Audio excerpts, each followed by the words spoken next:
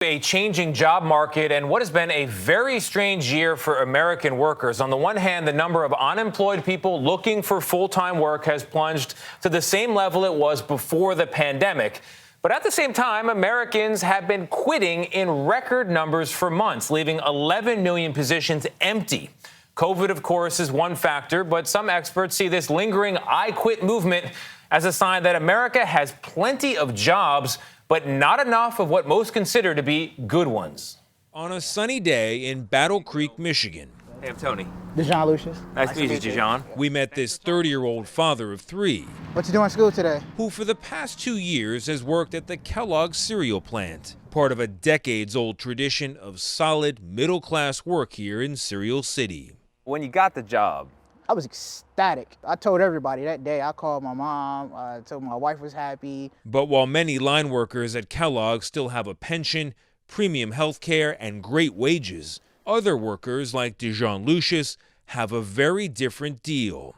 No pension, pricier health care, and less pay than colleagues who do the exact same job. We literally work side by side. side by side. Side by side. But you're making $13 or $15. $15 less. $15 less. Yes.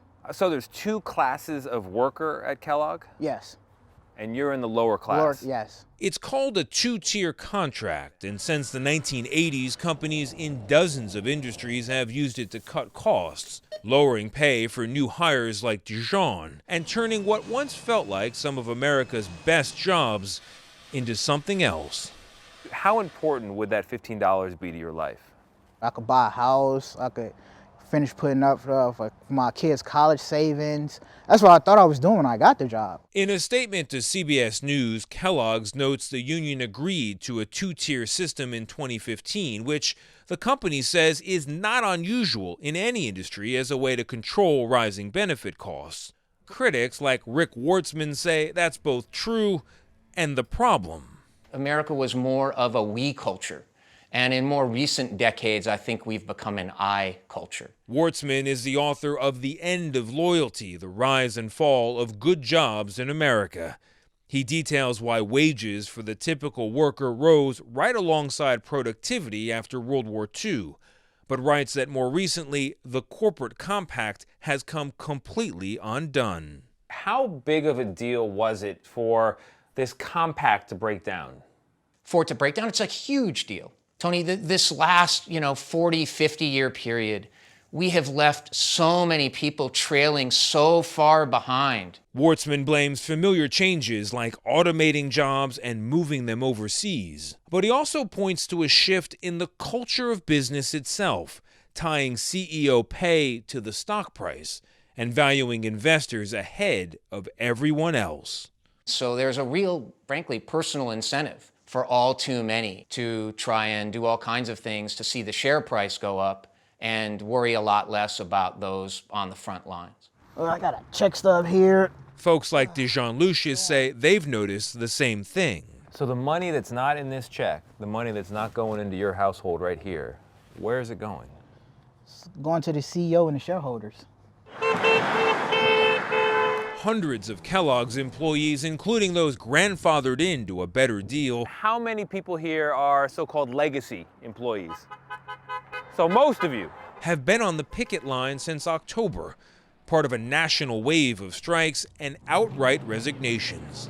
What's in it for you in this fight? If you already have the benefits and the money. I want my niece and nephews have what I have. Right. Yep. My children. I love my job. We're doing it for the next My neighbors. generation. Yep. My neighbors' kids. But with many everyday Americans fed up, the question is, where can they really go?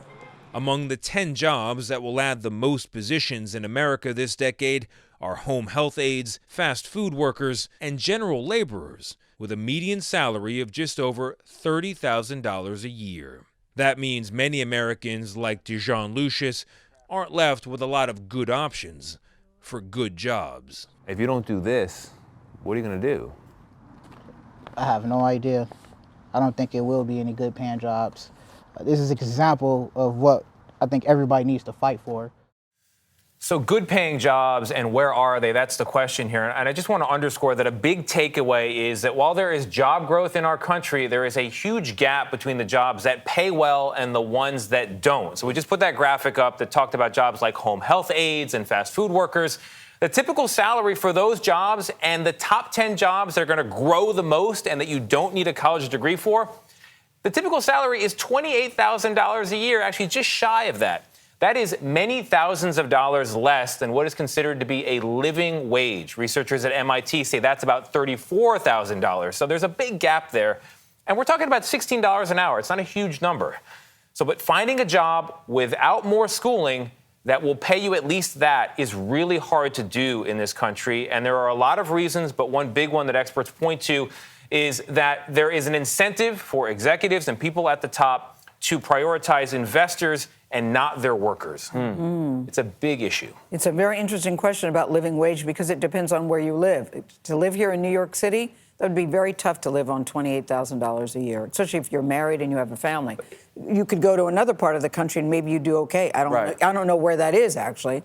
But living wage really depends on where you live. I mean, people will debate it, but to me, a good job is a job that gives you a chance to own a home, to save some for retirement so you can retire with dignity, and to do something for your own children, saving for their education.